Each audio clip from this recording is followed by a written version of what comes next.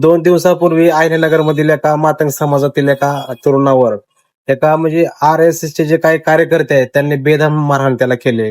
त्याचं चक्क हात पाय आणि डोळे सुद्धा म्हणजे एवढं एवढं बेकार मारलंय ना, त्याचे हात पाय मोडलेत. एक डोळा सुद्धा त्याचा गेला, एवढं म्हणजे भयंकर त्याला मारलाय. दुसरी गोष्ट म्हणजे ह्याचं कारण म्हणजे हिंदुत्ववादाची जे काही वज्रमुठ होती हे त्याच्या हातामध्ये होती. ह्या कारणाने त्याला म्हणजे जातीवाद करून आणि त्याचा भेदभाव करून आणि त्याला एक शिवीगाळ करून ह्याला मारहाण केले.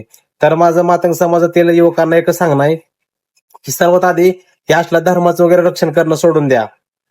कारण ही जी आपली जबाबदारी नाही धर्म रक्षण करणं, आपल्याला आधी म्हणजे आर्थिकदृष्ट्या सक्षम होणं गरजेचं आहे. आपल्यात म्हणजे खूप म्हणजे शिक्षणाचं प्रमाण खूप आहे.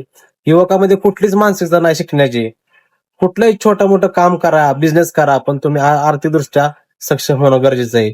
तरच तुम्हाला कोणतरी म्हणजे विचारणार आहे. आणि दुसरी महत्वाची गोष्ट म्हणजे त्या असलेल्या नेत्यांच्या तर ताटाखालचं मांजर अजिबात बोलू नका.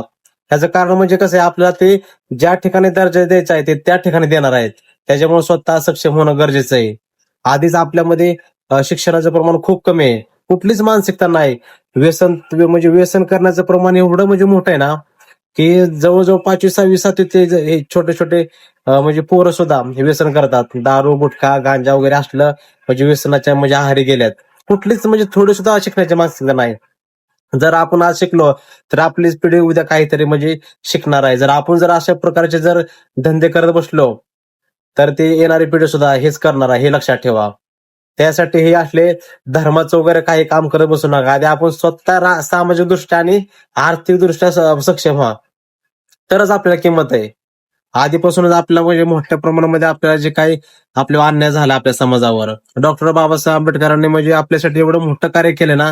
ते म्हटले होते की आधी शिका, संघटित व्हा आणि नंतर संघर्ष करा, तरच तुम्हाला म्हणजे तुमची किंमत म्हणजे हे होईल, कुठेतरी केली जाईल. नाहीतर अजिबात नाही. तुम्हाला कसं आहे, शेवटी तुम्हाला पायापाशी जागा ते देणार आहेत. त्याच्यामुळे असले धंदे करणं सोडून द्या. तर माझं हेच मात्र समाजातील युवकांना म्हणजे कळकळीची म्हणजे विनंती आहे.